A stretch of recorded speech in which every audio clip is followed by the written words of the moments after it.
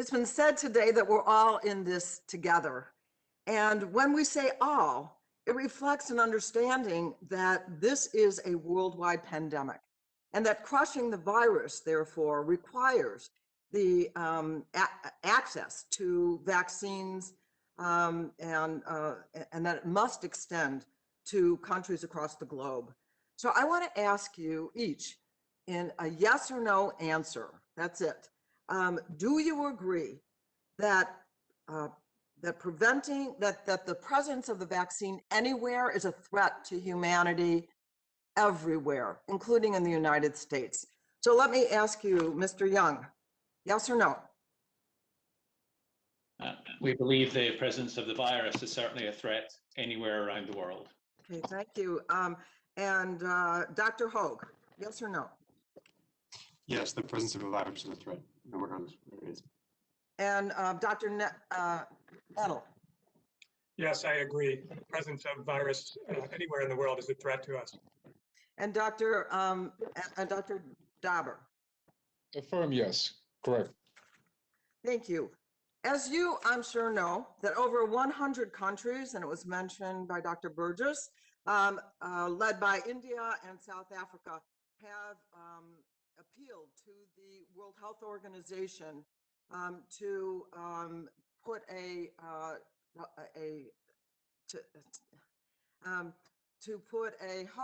halt on TRIPS, the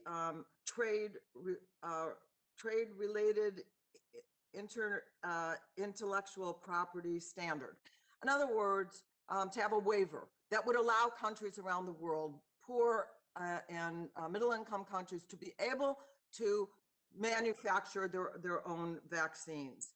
And it seems to me that this is something that we should do so that we have plenty for us and plenty for the rest of the world.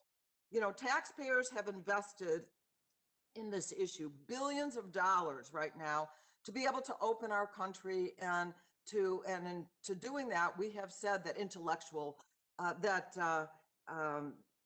we want to make sure that the airlines are supported, that all the industries that rely on travel should be supported.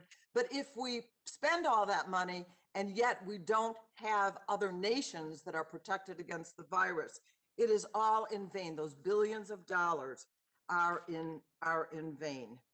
And so I am very anxious because there's a meeting Monday and Tuesday on the question of whether or not this waiver to the TRIPS program is going to be allowed. And I want to ask again, each of you, if you can support doing that. Mr. Young. Sorry, we don't support that waiver. We believe it incorrectly portrays intellectual property as being the barrier to uptake. And we probably, in common with other companies here, would consider all viable options and mechanisms to ensure that any potential treatment or vaccine is available to address the coronavirus, Dr. Hogue? acceptable to those who need it. Dr. Hogue, yes or no, really? No, we'd agree that we want to find a way to get vaccines to everybody who needs it everywhere. I'm actually not familiar with the issue personally, and I don't think we have a perspective as a company. Well, Dr. Nettle? We don't believe that intellectual property is the limitation to a global supply. We have scaled up our global supply chain and made significant contributions and commitments to WHO. Dr. Dauber? We're willing to give sublicenses to other parties, as we have done already multiple times, in order to safeguard the quality of our vaccine. I think that's much more important than what you are suggesting. And Mr. Trezino, yes, thank you, sorry. Congresswoman.